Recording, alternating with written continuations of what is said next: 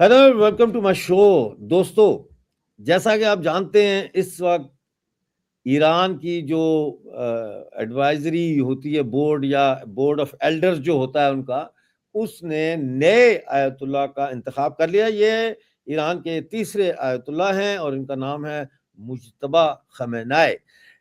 Thumbnail पे आपने इनकी फोटो देख ली है।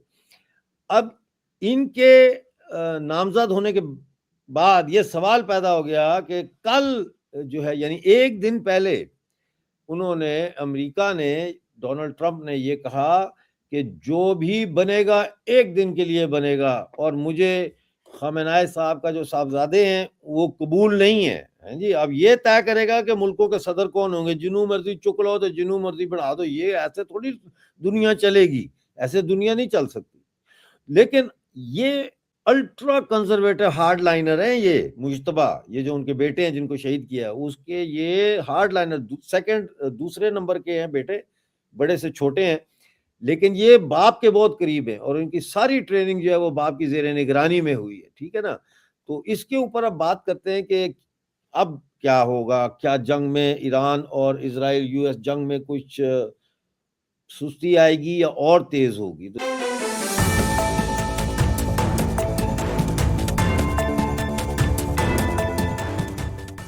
तो जोड़ लेते हैं अपने साथ मेजर समरतूर साहब को, जो अर्बन वॉरफेयर के एक्सपर्ट हैं और इसके साथ साथ वो रीजनल पॉलिटिक्स पर भी उनकी बड़ी गहरी नजर है। जी तूर साहब, welcome to the show sir. कैसे देख रहे हैं ये ईरान के नए आयतुल्ला का हो गया इंतखाब? तो देखिए जो मुश्तबा खोमेनी है। मुश्तबा।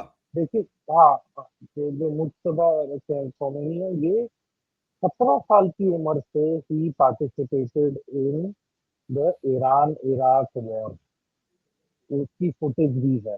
मैं अपने एक्स अकाउंट पे, ये मेरा मेंशन है इधर, आप मेरे एक्स अकाउंट पे जाएं और आप देखेंगे कि उनकी बड़ी रेयर फुटेज है।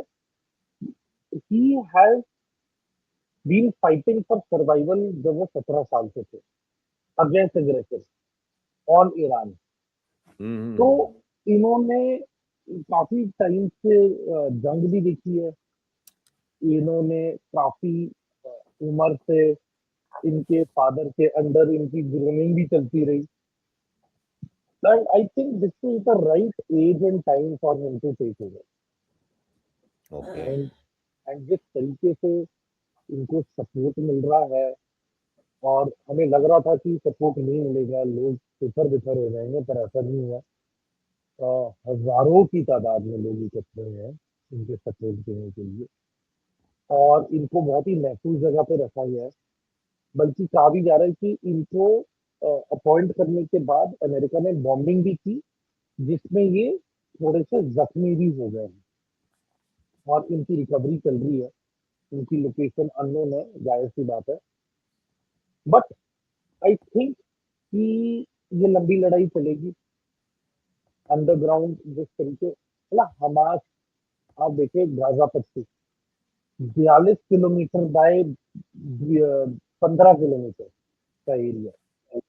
2.5 साल लगा उसके अंडरग्राउंड नेटवर्क में, कई नेटवर्क में तो नीचे गई भी नहीं इसराइल की फौज। उसने सीमेंट मिक्सर लाके भर दिया उससे कि भाई हमें नहीं जाना अंदर, उसको ब्लॉक कर दो सीमेंट के साथ भर के।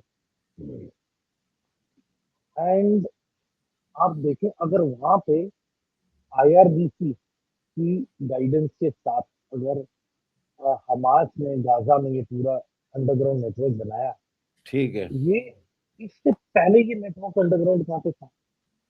फलूजा और मोसुल।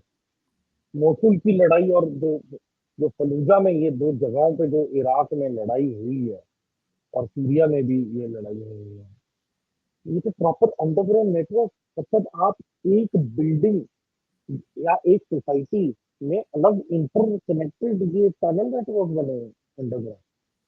तो आप कहाँ और कब तक लड़ाई लड़ते रहे?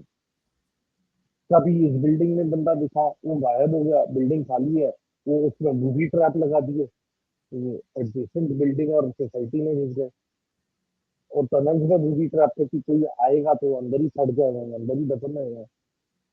तो ये पूरा नेटवर्क इज नॉट कि रातों रात बना, वो ओवर द इयर्स बना है। मतलब मैं आपको बताऊं, आज भी वो कई टनल नेटवर्क थे जो लेबनान के नीचे से इसराइल को गुजरते हुए, इसराइल के नीचे से गाजा में जाके निकलते, किलोमीटर के किलोमीटर।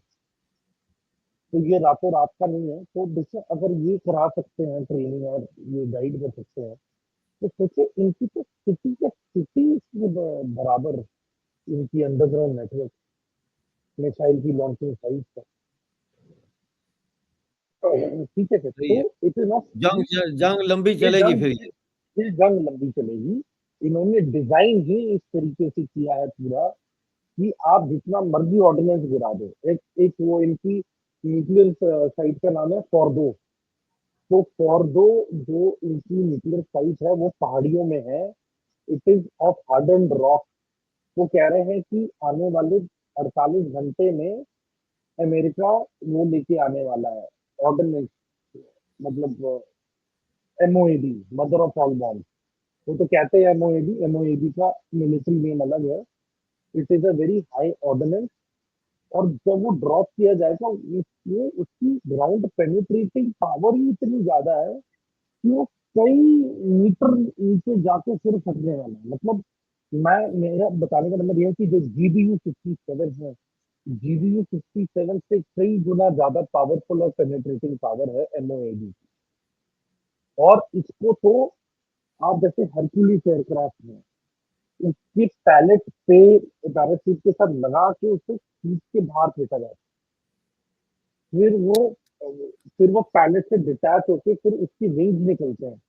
फिर वो ग्लाइड ग्लाइड करके, ग्लाइड बॉम्ब की तरह अपने टारगेट पे जीपीएस सिंक्रोनाइजेशन के साथ वो अपने टारगेट पे जाके तो इट इज। अच्छा, ठीक है। हाँ, ये मैं जानना चाहता हूँ कि स्ट्रेट ऑफ हुर्मुज का क्या बनेगा। कहते हैं वहां पे सारा कुछ बंद है और ऑयल प्राइसेस ऊपर जा रही हैं। पाकिस्तान को तो बहाना चाहिए ऑयल प्राइसेस ऊपर करने का, उसने वैसे ही कर दी हैं। अब फिर मैं एक और चीज यहाँ खुलासा करना चाहूंगा कि स्ट्रेट ऑफ हॉर्मुज में जो भी तट वाला इलाका है ना, जो जो ईरान का जो तटीय इलाका है, हम्म। इराक है ना, इराक के साथ सटा हुआ जो पूरा इलाका है, जो रॉक फेस है, इन्होंने उनके भीतर ओपनिंग बनाई हुई है।